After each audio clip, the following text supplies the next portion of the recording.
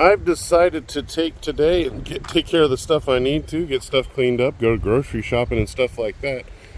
But I want to go in more in depth on a thing I've been had on my heart because I've got to go talk to this veteran group. So I'm going to be getting to go talk to this veteran group at the end of the month, and I started thinking about what am I going to talk about with them. And when I started thinking about that, I started thinking about, well, what do I have to say to a bunch of veterans? I haven't made it. But the thing I started thinking about is I can put my heart out there and tell them how I've been able to heal and how I've been able to overcome things. One of those things is being my own hero.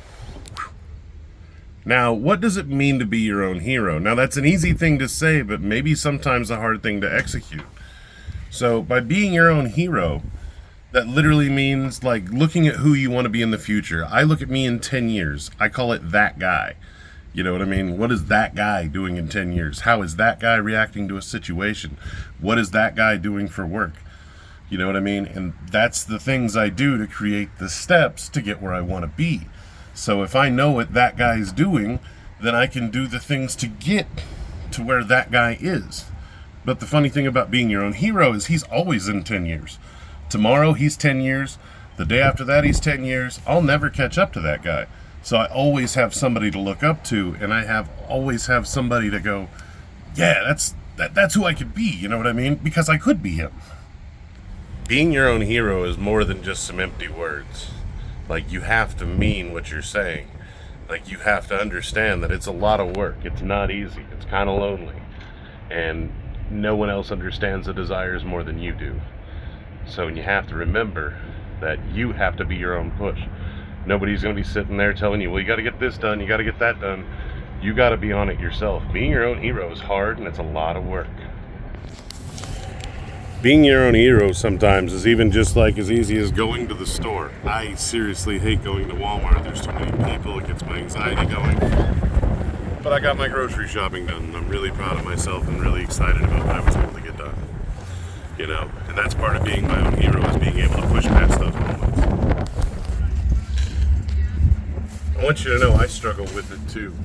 It's not one of those things that's just super easy that you snap your fingers and you can accomplish. You know, it's one of those things that takes work. When you fail at being your own hero, you got to stand back up and be your own hero in that moment and handle it how he would handle it. So failure is just part of the problem, part of the solution. So you just keep pushing forward and keep pushing through.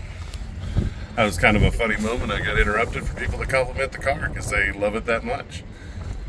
You know, and my hero has built many a cool car and many a cool vehicles and many cool things, you know, so you just got to keep yourself focused and keep going forward. My hero would also not be afraid to film, because when people are driving around I get a little nervous because I'm like, oh, they're going to be looking at my screen because I'm pointing the phone at me. You know, I need to have the confidence to go, no, this is what I do and this is how I do things, because my hero in the future isn't worried about stuff like that. If it helps, maybe think about it this way.